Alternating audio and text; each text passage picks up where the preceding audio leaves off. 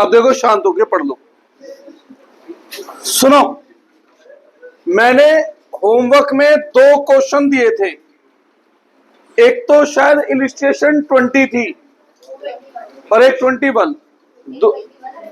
21 और 22 कौन से ईयर के हिसाब से? 25 के हिसाब से। पहले मैं करा रहा हूं इलिस्ट्रेशन नंबर 22 2025 की बुक के हिसाब से। बेटा अब जरा तमीज में पढ़ देना। क्या? वो टेस्ट के लिए पहले मैं अगली क्लास में एक चीज सिखाने वाला हूं, उसके बाद टेस्ट को दोबारा से आऊंगा उस पर। जो मैंने कल टेस्ट का क्वेश्चन कराया था उसके बिहाफ पर ये दोनों क्वेश्चन आपके इजीली सॉल्व हो जाएंगे। ठीक है, एक मिनट बेटा, जरा मैं वो कर दूं से।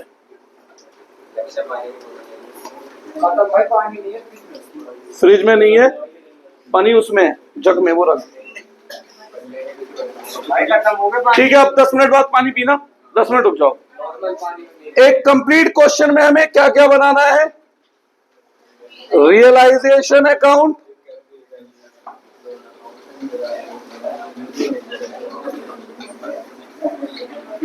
दूसरा पार्टनर्स लोन अकाउंट। क्या इलिस्ट्रेशन नंबर 22 में किसी पार्टनर का लोन है? अनिल का लोन होगा जहां तक है। ठीक है, लायबिलिटी वाला लोन है, एसेट वाला? Anil's loan account.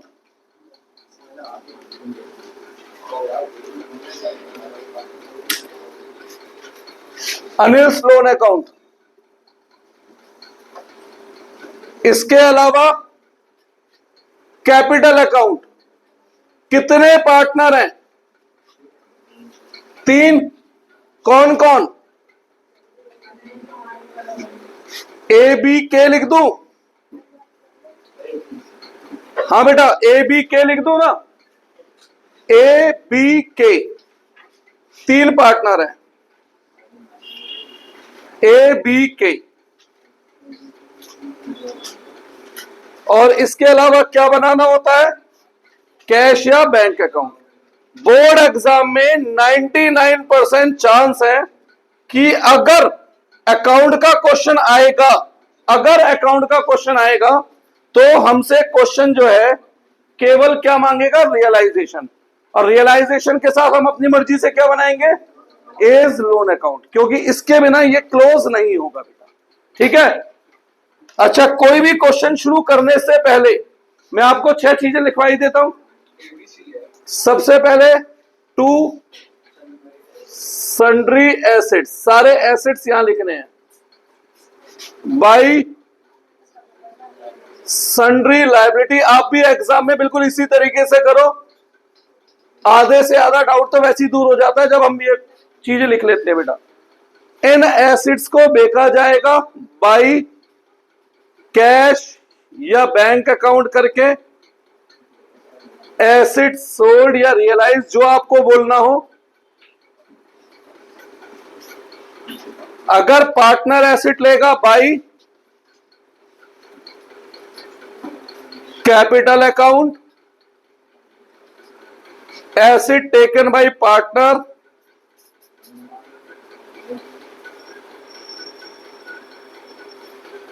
इधर 2 कैश अकाउंट या बैंक अकाउंट। कब? लायबिलिटी या एक्सपेंस पेड बाय फर्म होते हैं जब। 2 कैपिटल अकाउंट कब? जब लायबिलिटी या एक्सपेंस पेड बाय पार्टनर होता है।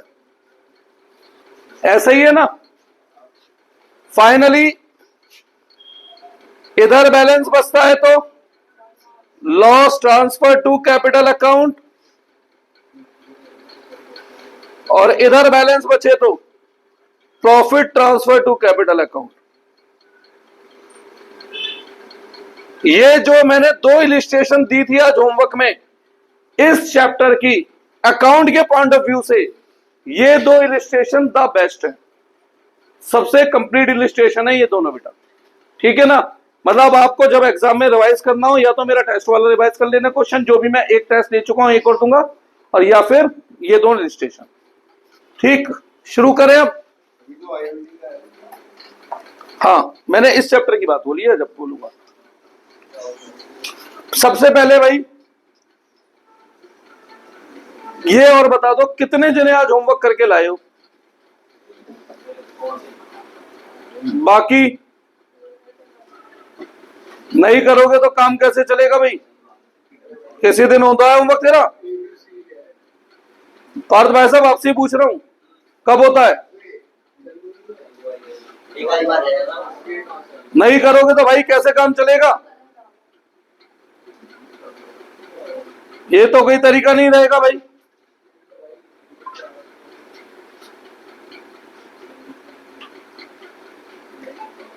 हद है यार बात, बिल्कुल। चलो बोलो भाई शुरू से, सारे एसिड्स बोलो कोई।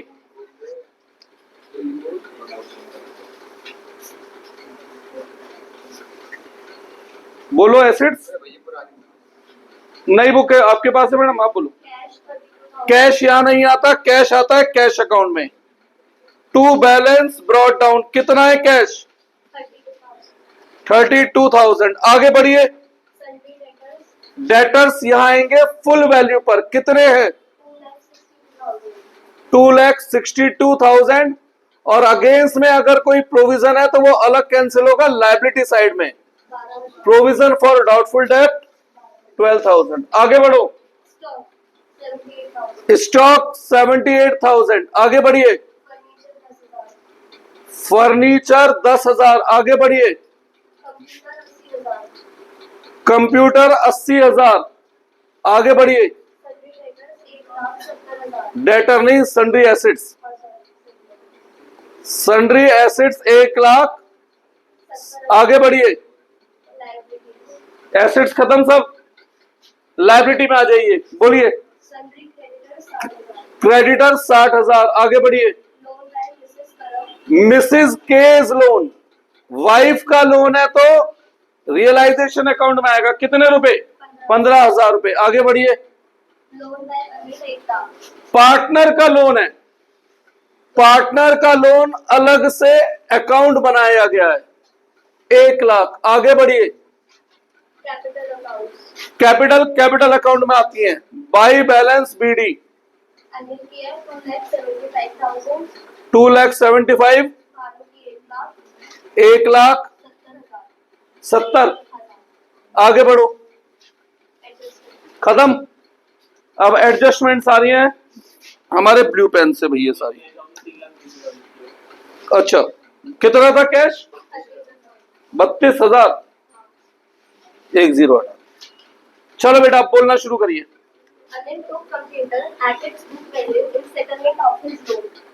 अनिल ने ये कंप्यूटर लोन की सेटलमेंट के रूप में ले लिया। अनिल ने लोन की पेमेंट के रूप में क्या ले लिया? कंप्यूटर। ऐसा ही है ना? ठीक है। पर एक बात बताओ, मैंने जब आपको नोट्स लिखवाए थे तो पॉइंट नंबर 3 में एक बात लिखवाई थी, अगर कोई लायबिलिटी किसी एसेट को टुक ओवर करती है तो हम एंट्री केवल उस पोर्शन की करेंगे जो हम कैश में देंगे। तो बेटा ये रिकॉर्ड होगा ही नहीं। हम केवल कितना हिस्सा लिख सकते थे?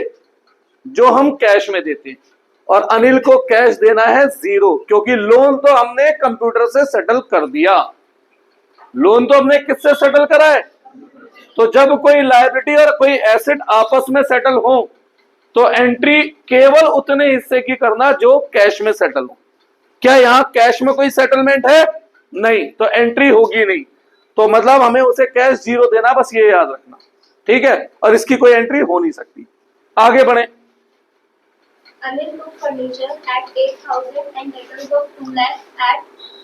फर्नीचर कहां आएगा? इधर कैश में या कैपिटल में? कौन ले रहा है? By A's capital. फर्नीचर कितने में ले रहा है? 22 से। टू रियलाइजेशन कितने रुपए? 8,000। कोई डाउट है? और क्या ले रहा है? बाई एज कैपिटल डेटर ले रहा है, सारे डेटर या सम डेटर? 2 लाख के डेटर को 1 लाख टोटल डेटर कितने के थे? 2,62,000 उसमें से अनिल कितने के डेटर ले रहा है? 2 लाख कितने में ले रहा है? 1,72,000 तो जितने में एसिड बिका हमें उससे मतलब होता है, कितने का था इससे कोई मतलब नहीं है। बाई से टू रियलाइजेशन। मैं बार बार इसलिए बता रहा हूं अलग अलग की एंट्री बनाना भी इसी से सीख सके। अभी भी डेटर ये खत्म, कितने के डेटर बच रहे हैं? याद रखना 62 के डेटर बचे हैं। आगे बढ़े। The creditors of ₹60,000 is to be paid by him at this amount. Creditor paid by him, liability की पेमेंट इस साइड कौन पे कर रहा है? To A's capital account. Creditor 60,000 to से बाई साइड कौन से अकाउंट से आ रहा हूं? रियलाइजेशन 60,000। कोई डाउट है यहां तक? आगे बढ़ो। 50% of the stock was taken by Bhanu for ₹40,000, while 10% of अब रुको रुको रुको, जगह नहीं है मेरे पास तो मैं यहां वर्किंग कर रहा हूं। स्टॉक कितने का है बेटा? 78 इसमें से 50% मतलब कौन ले रहा है इसे? भानु। कितने में? 40,000 में बी ने लिया। एसिड किस साइड बिकते हैं? इधर। पार्टनर का नाम है by B's capital. Half stock कितने में बिका? 40 में बिका। while अब बच कितने का रहा है? 39। अब आगे बढ़ो। while 10% of the remaining stock was not 10% of remaining stock was not to be realizable condition, मतलब बिकेगा नहीं। किसका 10%? 78,000 का 10% या 39,000 का 10%? 39,000 का। क्यों? रिमेनिंग का 10% बोला है। ये बात ध्यान रखना, कई बार एग्जाम में यही बात भी पागल बना देती है। ठीक है, टोटल का है या रिमेनिंग का है। ये कितने में बिक रहा है? 0। छोड़ दो। जो बचा, कितना बचा? 35,100। ये बिक रहा है 110%, यानी 10% प्रॉफिट पर। कितने में बिका? 38,610। तो नाम नहीं लिखा तो किस में बेचूंगा? कैश में। स्टॉक 38,610 बाई से to realization 38,610 by B's capital से टू रियलाइजेशन में भी जाना था 40,000। कोई डाउट है इसमें? श्योर? मैं कुछ नहीं कर रहा, बस क्वेश्चन का कहना मान रहा हूं। जो क्वेश्चन कह रहा है उसे फॉलो कर रहा हूं। यहां तक कुछ पूछना है? आगे बढ़ो। Bhanu took some of the sundry assets at 72,000. B अब ये पॉइंट भी मैंने करवाया था, सम ऑफ सन्ड्री एसेट वाला, मेरे टेस्ट में ही कवर था ऐसा एक पॉइंट। ठीक है बेटा, देखना जरा टेस्टर। हाँ जी, ये रब कर लो वर्किंग स्टॉक वाली, इसकी जरूरत तो नहीं है, नोट करना है करो फटाफट। फिर मैं ये रब कर रहा हूं स्टॉक की वर्किंग, मेरे पास फिर एक्स्ट्रा जगह नहीं है ना बेटा।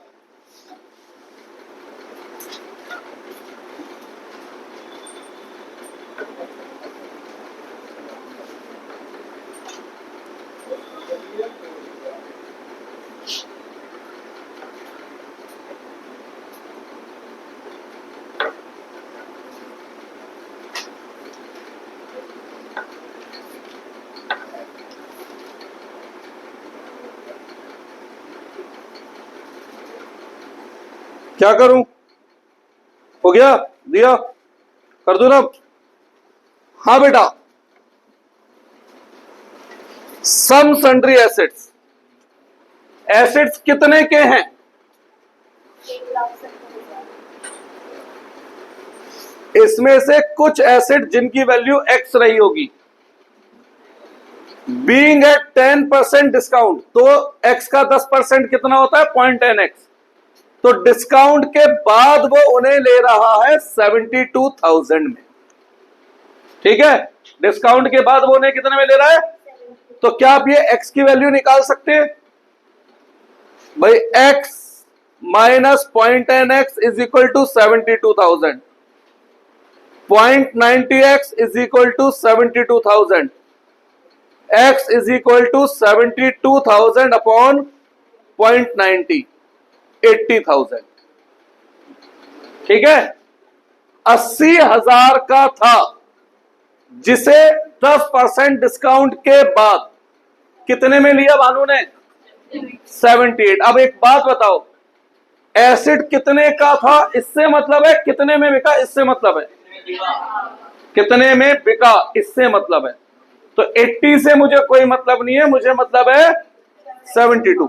कौन ले रहा है? B, by B's capital account, some stock और सम सन्ड्री एसेट, कितने में? 72। बाई से टू रियलाइजेशन 72। कोई डाउट है इसमें? कोई प्रॉब्लम आ रही है? हाँ बेटा, श्योर। अब रिमेनिंग स्टॉक, रिमेनिंग एसिड की अगर मैं बात करता हूं, तब मुझे जरूरत थी इस 80,000 की। किसके लिए जरूरत थी? रिमेनिंग को जानने के लिए। भाई 170 में से 80 वाला गया तो कितने वाला बचा? आगे बढ़ो।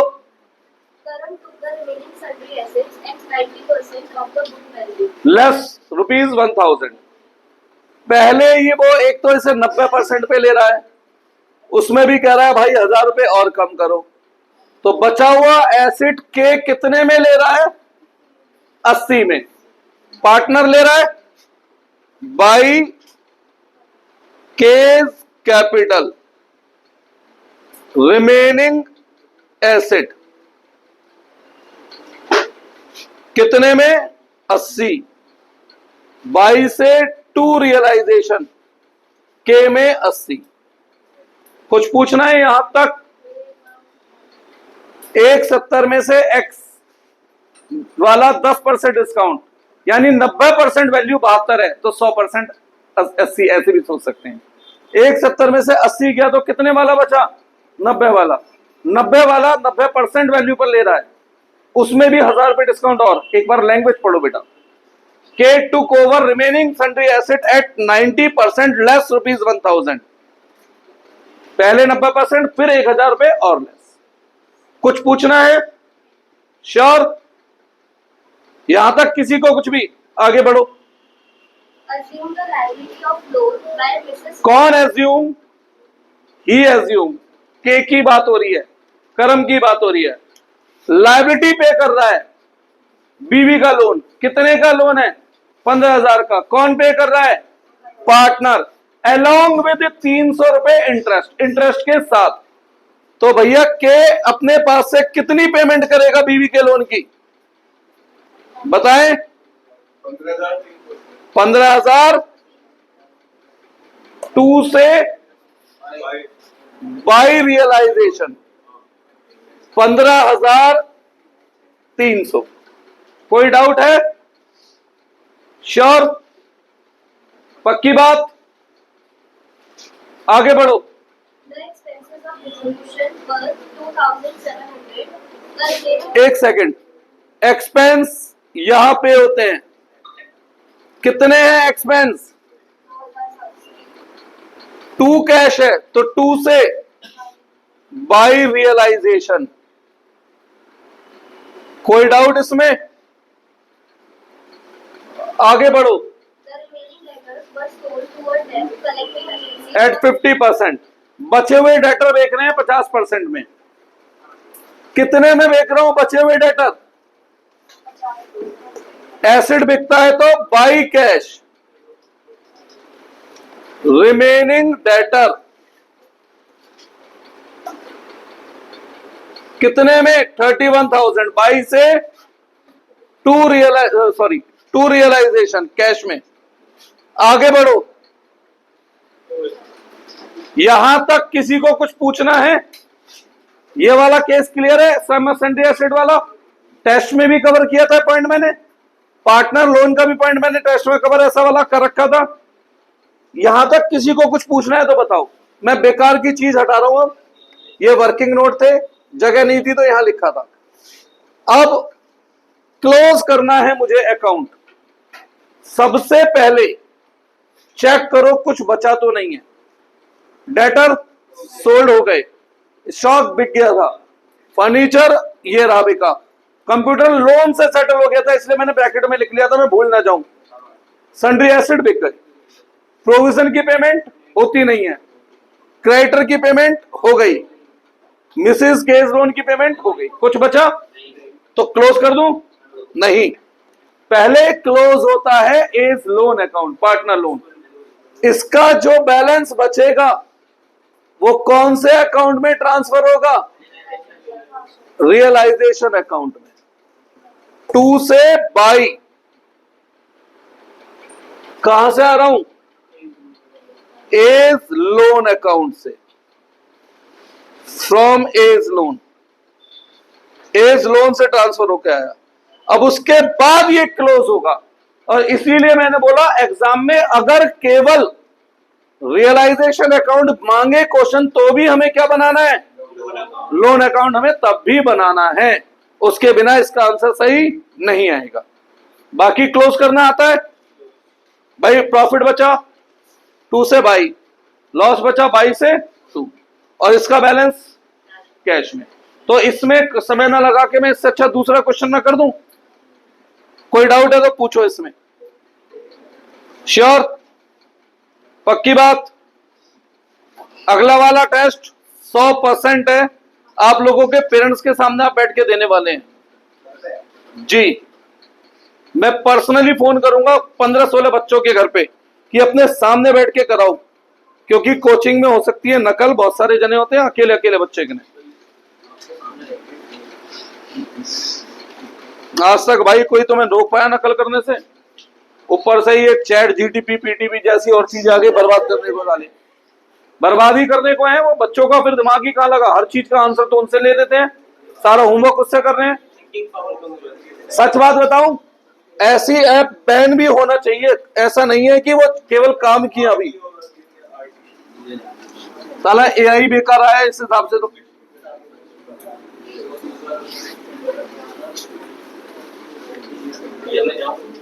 क्यों जाओ भाई, जाना है तो। सुनिए, अगला क्वेश्चन कौन सा था बेटा? इलिस्ट्रेशन 21।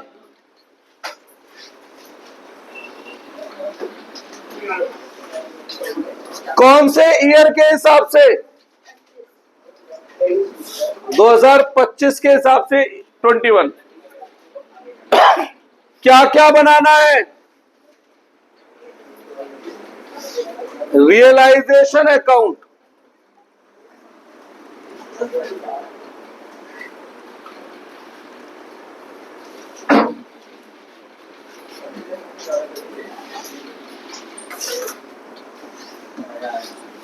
Realisation account. क्या किसी पार्टनर का लोन है? एसेट वाला नहीं चाहिए, लायबिलिटी वाले लोन की बात कर रहा हूं मैं। बी का लोन है लायबिलिटी वाला, एसेट वाला लोन अकाउंट अलग से नहीं बनता है। कौन सा लोन अकाउंट अलग से बनाना है? लायबिलिटी वाले को।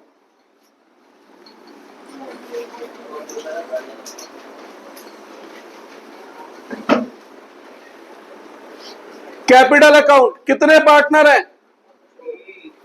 केवल 2। इसमें तो कैपिटल की ज्यादा ट्रांजैक्शन ही नहीं है।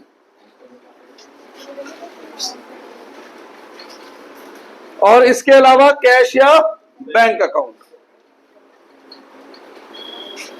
हर क्वेश्चन करने से पहले कितनी चीजें पहले लिख लेता हूं? 6 चीजें पहले लिख लेता हूं, है ना? वो 6 चीजें क्या क्या है बताओ?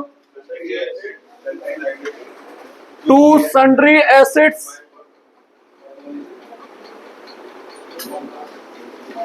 बाई सन्ड्री लायबिलिटी,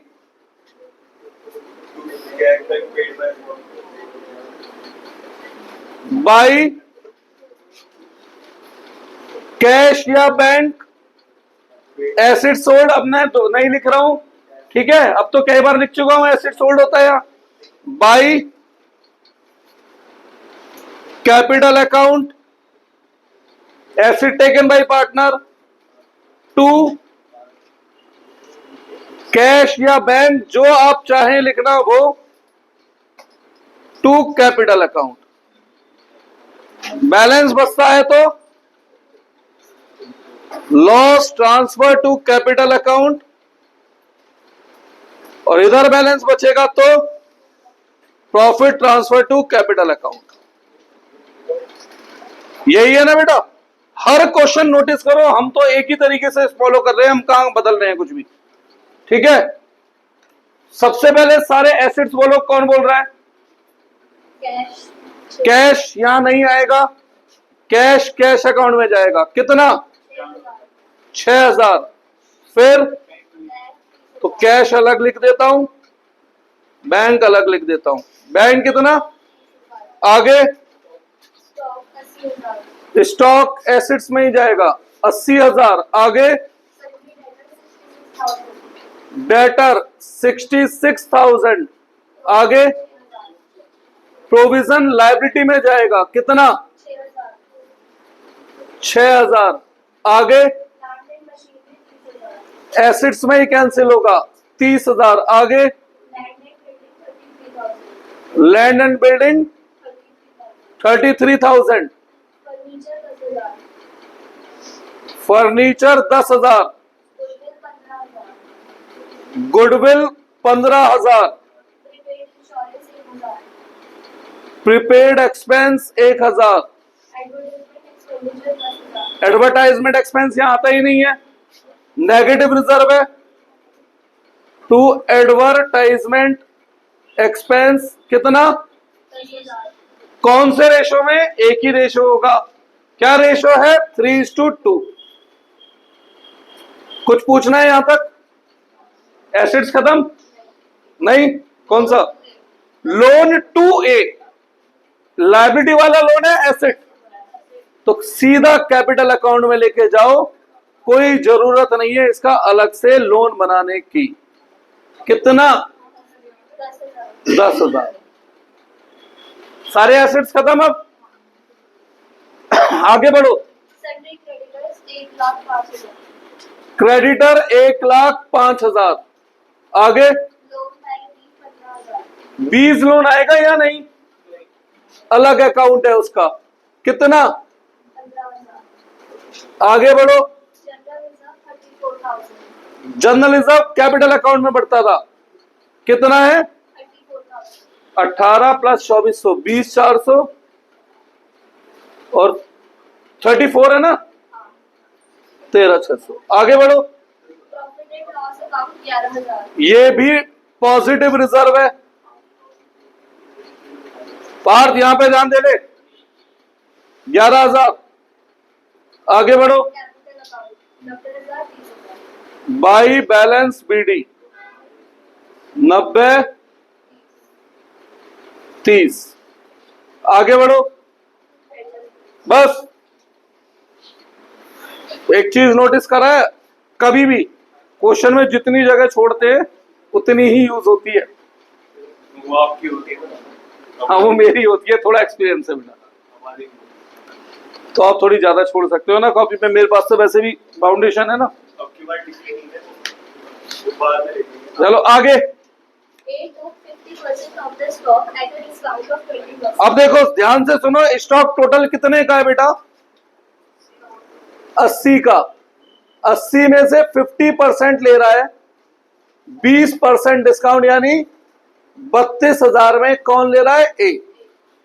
तो by A's capital half stock 32,000। By से टू रियलाइजेशन। ब्लू पेन से एडजस्टमेंट वाले पॉइंट लिखता हूं, ब्लैक पेन से बैलेंस शीट वाले पॉइंट। 32,000। आगे बढ़ो। 10% of the stock was 10% of the stock. अच्छा, बचा कितना है? 40। 10% of the stock sold for nothing. मतलब जो भी लैंग्वेज हो उसका मतलब यही है। तो अब भैया कितना स्टॉक जीरो में बेचा इसमें से? 8 का 10% ना, इसका 10%, इसका 10%, 10%.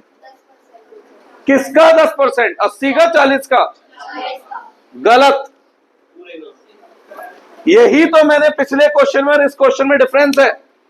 पिछले क्वेश्चन में लिखा था 10% ऑफ रिमेनिंग स्टॉक, तो वहां बचे हुए का 10% दिया था, और इस क्वेश्चन में लिखा है 10% ऑफ द स्टॉक, जो टोटल है उसका 10%। बेटा ये छोटे छोटे शब्द भी एग्जाम में हमारे भैया 99, 100, 98 को 96, 94, 93 पे ला सकते हैं। ये छोटी छोटी लैंग्वेजेस, ऐसा होगा ही नहीं। ये तो लिखेगा 10% ऑफ स्टॉक, तो टोटल की बात हो रही है।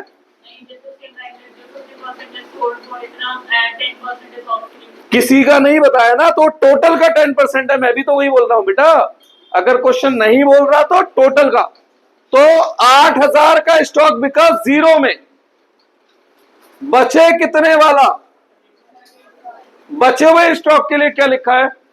Balance stock was sold at a profit of 30%. इसका 30% 9600 होगा शायद। तो बेच रहा हूं by cash remaining stock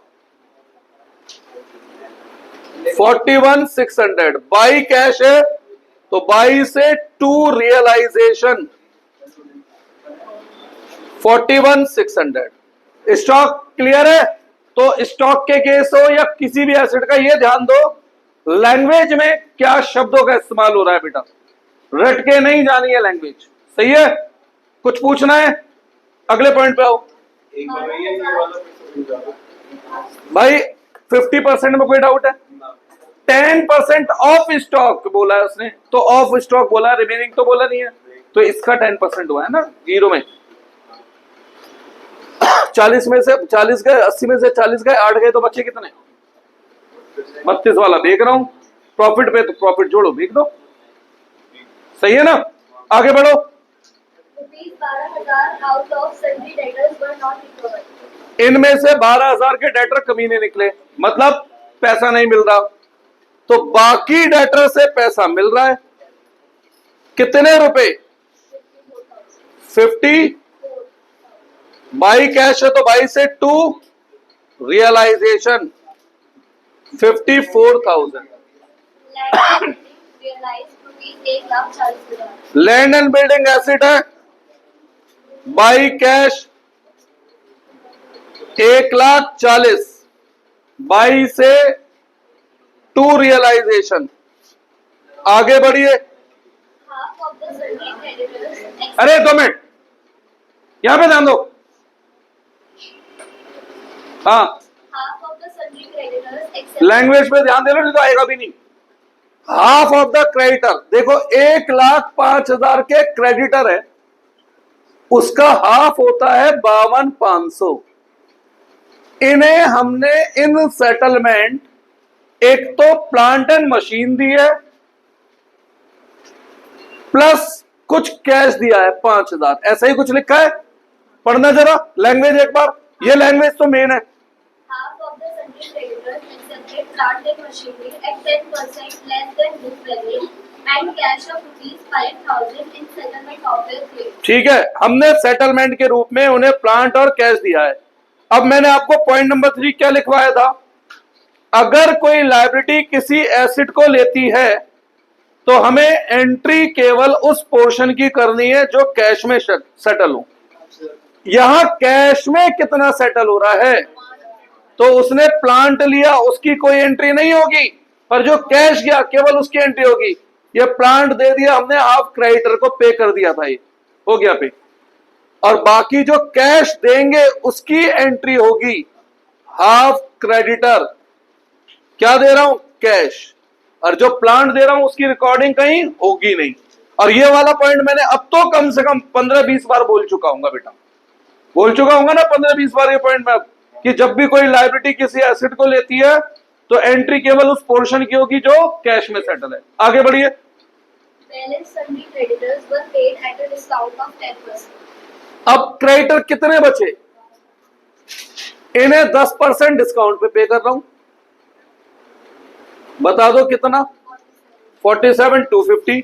liability की पेमेंट यहां होती है 2 कैश हाफ क्रेडिटर 47,250 2 से बाई रियलाइजेशन। बस बुक का क्वेश्चन देख के आप कंफ्यूज हो सकते हो कि बुक में जो मैंने अमाउंट लिखे हैं वो नहीं लिखे होंगे। बुक में लिखा होगा 52,250 क्योंकि उसने जोड़ के लिखा है। तो मैंने आपको बिल्कुल एक एक पॉइंट खोल खोल के करा है बेटा, ठीक है ना। आगे बढ़ो। Realization expenses were ₹5,000. Realization expense की पेमेंट होगी 2 कैश 2 से बाई साइड बाई रियलाइजेशन कितना? 5,000। आगे बढ़ो।